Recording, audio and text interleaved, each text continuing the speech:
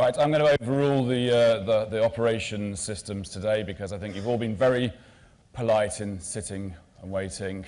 So without further ado, I'm delighted to welcome our first speakers up today.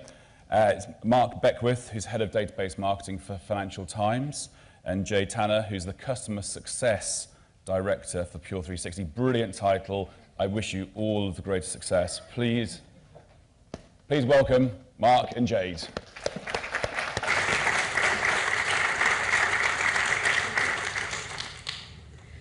Good morning, everybody. So we're the first one up today, so we're going to try and keep you really engaged talking about email and data. So we're going to be focusing on how to keep your audiences engaged in 2014. So we're going to kick off with some introductions. So I'm Jade Tanner. I'm the Customer Success Director at Pure 360. So Pure 360 are digital marketing software focusing on email and SMS. We've been working with the FT now for about 6 years, making sure their email marketing campaigns are successful. We also work with brands such as Bravissimo, David Lloyd and Innocent Drinks.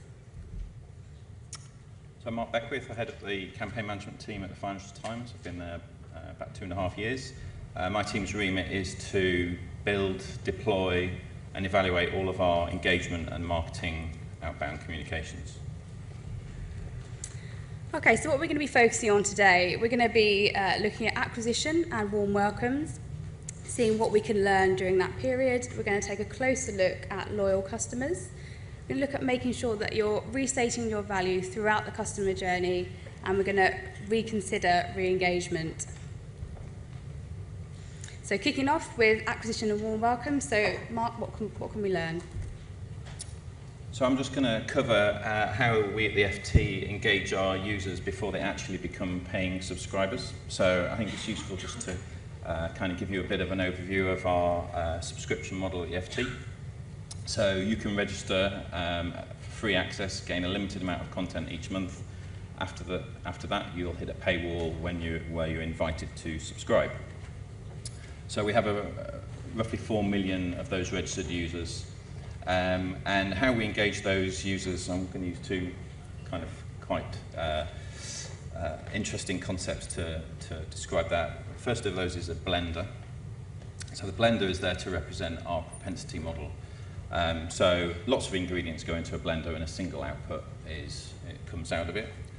In the case of the propensity model, that's lots of different bits of information we know about those registered users. So to be able to even access any content, you have to log in as a registered user to the site. So as a result of that, we can see all of your behavior on site, how often you're coming, what articles you're reading, etc. So a lot of that information is really useful in predicting how likely you are to subscribe. How much content have you consumed? How recently were you at the site? Have you hit a paywall? Have you consumed the kind of content that subscribers typically consume before going up to subscribe? Put that into a blender or a propensity model, outspits a score that tells us how likely you are to subscribe. So we score all of those 4 million registered users every day. We have daily information on each registered user. And the second concept there is dating, and this is kind of how we use the propensity model. So of those 4 million registered users, we only talk to probably about 10% of them at any one time about a subscription offer. That's because the other 90% are really not ready or in the window to purchase a subscription. So the dating concept is that you only get heavy when it's appropriate. So when the score is high enough and the user is sufficiently engaged on the site, then we'll make an offer. For the rest of those registered users, it's about nurturing that relationship. So nudging them over time with relevant communications about content, about features on the site, kind of trying to warm them up for a subscription. Now, it's not just about when we contact, it's about what we contact those registered users about. So the chart on the left there illustrates kind of how we've changed our thinking on this over time. So the x-axis there is the number of contacts that we have with a customer. And in the past, the green bars there illustrate that 98% of our subscriptions through that acquisition campaign came from the first 3 emails. And then after that, we didn't really stand much of a chance of acquiring you through that channel. So didn't think that was particularly optimal. So we kind of revisited that whole campaign and decided to look more closely at what offer we should make at what point in the journey. So you can see there the blue bars now represent the current state of play, and we actually get a much more, we get a much better chance of selling a user a subscription later in a journey, and that's because we're making slightly different offers. So for instance, in those 4th and 5th emails, we might have tried to sell an annual subscription, albeit at a discount, without any success. We'll then try introducing a trial, and we've had significant success with that. And the chart on the right there shows the kind of halo effect of doing that. So trialists that we acquire through that acquisition campaign, they're generally more engaged, and it kind of makes sense that they'll stick around for longer than any of the trialists we acquire, for example, through SEM. So we get a much lower churn rate and a much longer relationship with those trialists. Okay, so if like the Financial Times, you've put a lot of effort into acquiring that data, making sure you understand enough about them before you start to market to them. Once you've got them on board, it's really important to give them a fantastic welcome to your brand.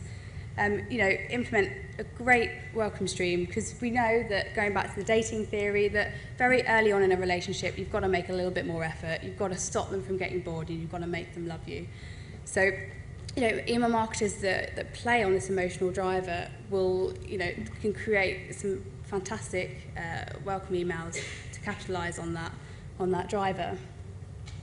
So Return Path have seen that the first message after the initial welcome should be a special offer. So they see that a special offer gets a higher inbox delivered rate and a 10% higher read rate. After this email, it's a good idea to also introduce them, move them onto your other channels. So we know that email is a great channel, but it's not necessarily going to keep them engaged for the whole journey. So like the FT, just move them through your other channels, get them onto your social channels, get them onto Twitter, onto Facebook, because then you've got the opportunity to continue to communicate with them throughout the customer journey. Also, we have a look on the screen and we look at Bowden. Bowden are a fantastic example of a strong welcome stream. It's a great first introduction, so thanks for making the first move. We're really happy you've joined our brand. And it's slow emails which slowly introduce them to the benefits of Bowden and are capturing more data about that subscriber throughout that welcome. We know that customers will share data before they sign up, so they'll tell you what they think they want, but a longer welcome stream gives you the opportunity to actually understand what content they do want and what content they are converting. So a longer welcome stream is your chance to learn what kind of customer they're going to be. It's your opportunity to see at which point they're converting, which content they're converting with, and to keep them nice and engaged throughout that welcome stream. And that can then tailor the types of communication that you send to them moving forward. Remember that it's also a really great opportunity to ask them more about themselves throughout that stream. Our research with e-consultancy tells us that subscribers are happy to provide information to make it on themselves, to make their journey with you more personal. It's a potentially quite boring slide here, but Jade mentioned about engaging with new subscribers or customers through other channels, and we've been testing this at the FT fairly recently with some real success. So we've had an email welcome program for many years now. But this year we've started trying to engage with our new subscribers through other channels, so on-site and also via our call centre. So what we do within our existing email welcome program is highlight features of the site and content that we know drives the most engagement, which obviously then will hopefully create a habit for those subscribers and ensure that they're a subscriber with us for a long time. So what we do with this chart illustrates the impact of actually calling those subscribers to kind of reaffirm those product features. So in the data we provide to that call center, we can provide lots of information about what the subscriber has or hasn't used. So benefit of an FT subscription is that you can consume content across any device, so desktop, mobile, tablet. And we know that's a real engagement driver. So if we can see in the data that a subscriber actually hasn't consumed any content via a mobile device, we can tell the customer service agent to really focus on selling that as a feature of their subscription, walking them through perhaps downloading the app, and therefore hopefully driving longer term engagement. Okay, so while you've got them engaged early on, make sure that you're taking advantage of that and you're using, promoting your list growth by using get customer methods. So our clients have told us that using tools such as Pure 360's Viral Promotions, that their list can grow by as much as 20% if they start using social competitions as part of their marketing calendar. So this means you get a bigger list, it means you've got more subscribers, but it also means the nature of that data is better.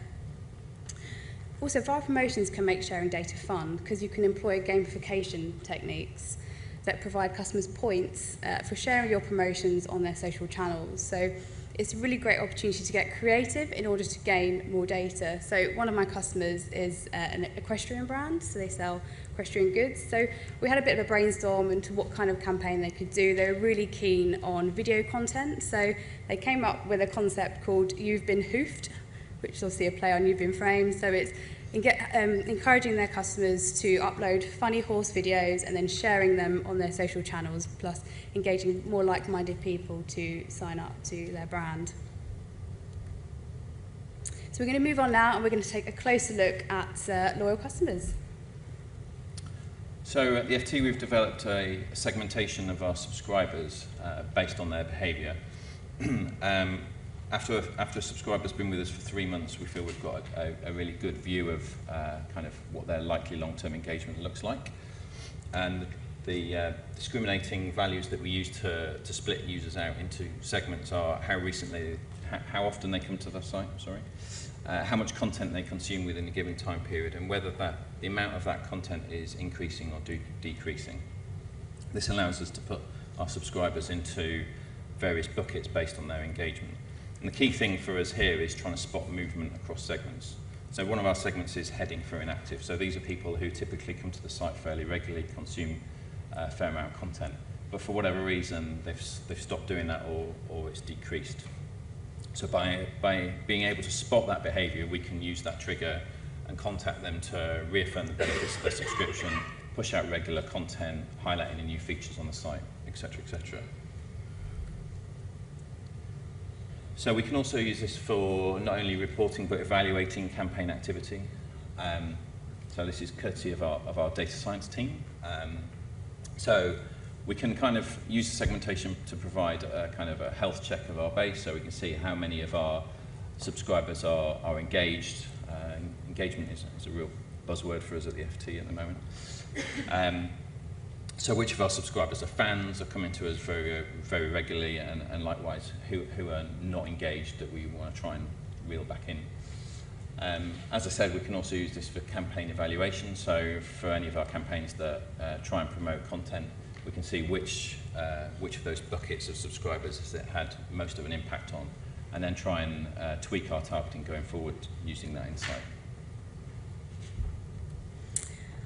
Okay, so FT have mentioned that they have an internal gauge for understanding who their fans are. So what I want to talk about now is, don't be afraid to share with your subscribers that they are a VIP customer and employ loyalty schemes. So this is a brand that we've worked with, and it was, from the picture, it was a very exciting brand for me to work with. It's All Bar Brown.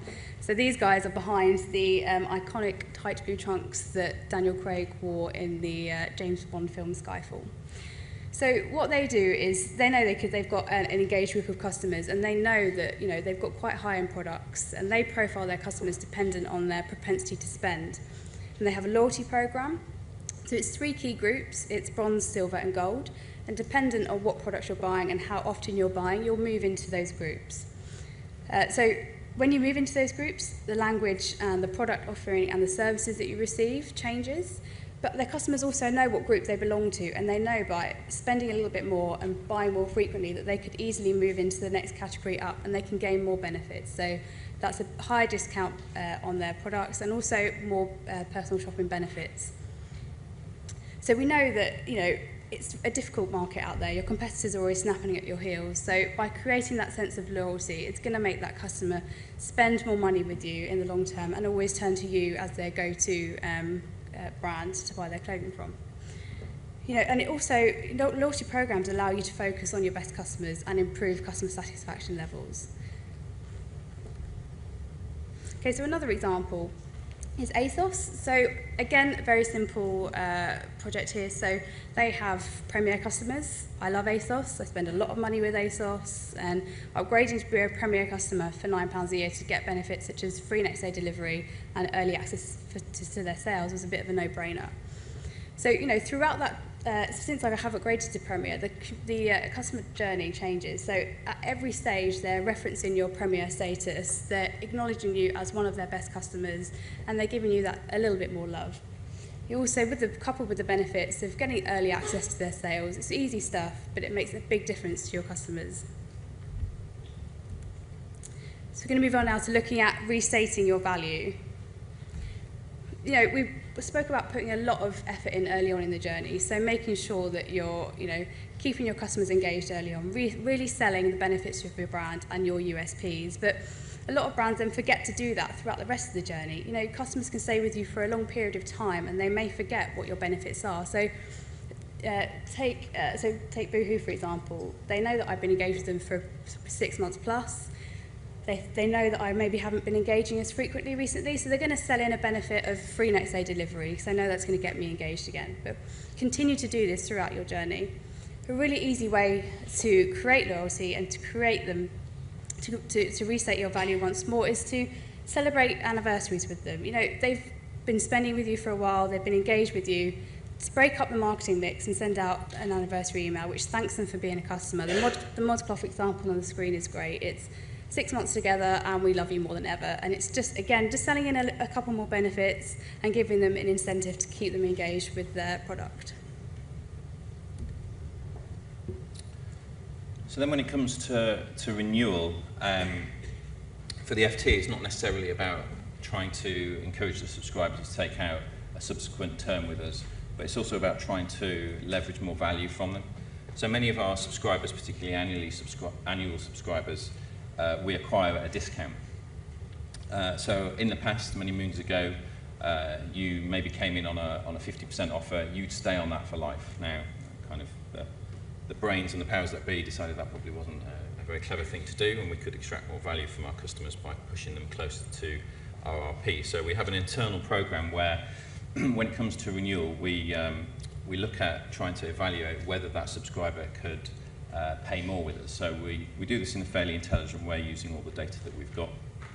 We can see how engaged a subscriber is and to what extent are they getting value from their subscription in terms of how often they come to the site, how much content they consume, etc. So we have a model that determines, based on that, what price point they should be stepped up to at renewal. And we do this in a fairly structured way over quite a long period of time, with the ultimate aim of trying to get people closer to the RRP. Put an example here from Amazon. So the FT will do that a couple of months before either an anniversary for our monthly subscribers or a couple of months before an annual renewal. Amazon have taken quite an interesting approach and have actually informed their Prime subscribers up to 6 months early that their price will be increasing. But what I quite like about it, look quite a bland, boring email, but the important thing is that middle paragraph there, in that it's really kind of promoting what additional benefits you get that you get since you subscribe. So more products available for next day delivery, access to streaming movies and TV. And it's something similar we're doing at the FT as well. We have a constant product release cycle. So it's not just an email to a subscriber saying, thanks for being a subscriber, please stay with us, and by the way, can you pay us a bit more? We'll try and obviously explain what additional benefits you get as part of your subscription. Kind of softens the blow. Okay, so moving on to the final section is looking at reconsidering re-engagement. Re-engagement has been a bit of a buzzword for the past couple of years now, and marketers are experimenting with what kind of campaigns they can do. I find that a lot of the time customers are quite quick to drop customers they deem as inactive off of their lists, and I wanted to bring this research to your attention, which is actually supports that theory. So re-engagement campaigns do provide a vital purpose to marketers. They do allow you to make sure you're sending to the right people rather than wasting marketing spend and possibly causing a negative impact to your reputation. But actually, you know, Return Path has seen that people are removing 85% of email addresses which actually are not inactive. 12% of win-backs are read within the first few days of delivery, but actually only at 45%, which is huge, re-engage on average 57 days later. So that's nearly 2 months it takes them to engage with one of your re-engagement campaigns. So, you know, people are dropping people off their list far too early and just not really understanding how long it takes for someone to re-engage with their campaigns. And Return Path themselves, who are the inbox warriors, they do make sure you're sending the right content. They've actually said that, you know, the reward of keeping a subscriber that you've fought so hard to get and so hard to market to throughout their customer journey, keeping them on board a little bit longer and finding out how you can re-engage them actually outweighs the risk of having a negative impact to your deliverability. So really, it's really important to focus, you know, more attention on your re-engagement campaigns and make sure you are understanding how long it takes for someone to re-engage. It really is a one size, it doesn't fit all for all brands. You know, it's really important to make that understanding. And I know that Mark at the FT has really worked to understand how long it takes his customers to re-engage. So this is an example for our B2B customers. So these are users who individually aren't paying for their subscription, their company does. So the company will maybe have a 500 seat license, which they pay us directly for, and then all the users in that company get access. So they're potentially harder to win back because, or re-engage because, you know, they haven't chosen to take out the subscription, they're not paying for it. But we've had some real success in trying to re-engage what we call our no-shows in our B2B customer base. So we use quite a simple tactic. We'll look at their engagement over a 30-day period, and if they haven't been to the site, we'll just send a simple email with a reminder of their username and the opportunity to change that password should they have forgotten it. We saw a real spike in engagement from having done that, but we can see there from that blue line, you know, that impact only lasts so long. So once we've identified people to go into that password reset cycle, we then engage them on a fairly regular basis. So we found that 2 weeks is typically a decent amount of time to leave it, and also the point at which engagement starts tailing off. So we'll send them a welcome back email. This is a very content-rich email, and again, it reminds them of the benefits and the features of ft.com. Okay, so let's look at some key takeaways from today. So we know that it's really important to move your customers onto your other marketing channels straight after sign up. We know that it's important to implement a longer welcome stream so you get to learn more about your customers early on, put that effort in and understand what it takes for them to convert. Recognise your best customers and reward loyalty. It's really important to do that. I can't stress that enough. Remind your customers throughout your customer journey what the value is of them spending money with you and not your competitor. And understand how often and how long it takes to re-engage your customers. The motto here is, you know, the lesson is don't give up too early. So yeah, thank you for listening. It's been we've been the first ones. I hope we've kept you from yawning, stop yawning too much. But yeah, we haven't got time for questions, but we will be in the breakout room if anyone wants to come and see us. Okay, thank you very much. Thank you very much. We actually do have time for one or two questions. I have one question that I'd like to ask. Planning for growth, 2015, can't boil it down to just one thing, but if there's the killer advice that everyone in this room needs to take away, what would that be? I'll let you go for that one. Sorry. It's a tough one, but I think it's a great presentation and there's a lot of data to take in, so if there's one thing that we need to walk away with. So I think we're quite privileged at the FT with the richness of the data that we have, but at the same time we use it really intelligently to make sure we're relevant and timely with offers and communications that we make to customers. So that is the key thing for me. I think we're looking at decreasing our data latency at the FT to be able to get to customers much sooner after an event, so that, you know, what they've done or haven't done is kind of fresh in their minds, so it has much more cut through. So that's a real one, big one for us at the FT. Real-time relevance, I think that is a big theme for 2015. So just like to say thank you very much to Jade and Mark, and they'll be around for questions later on.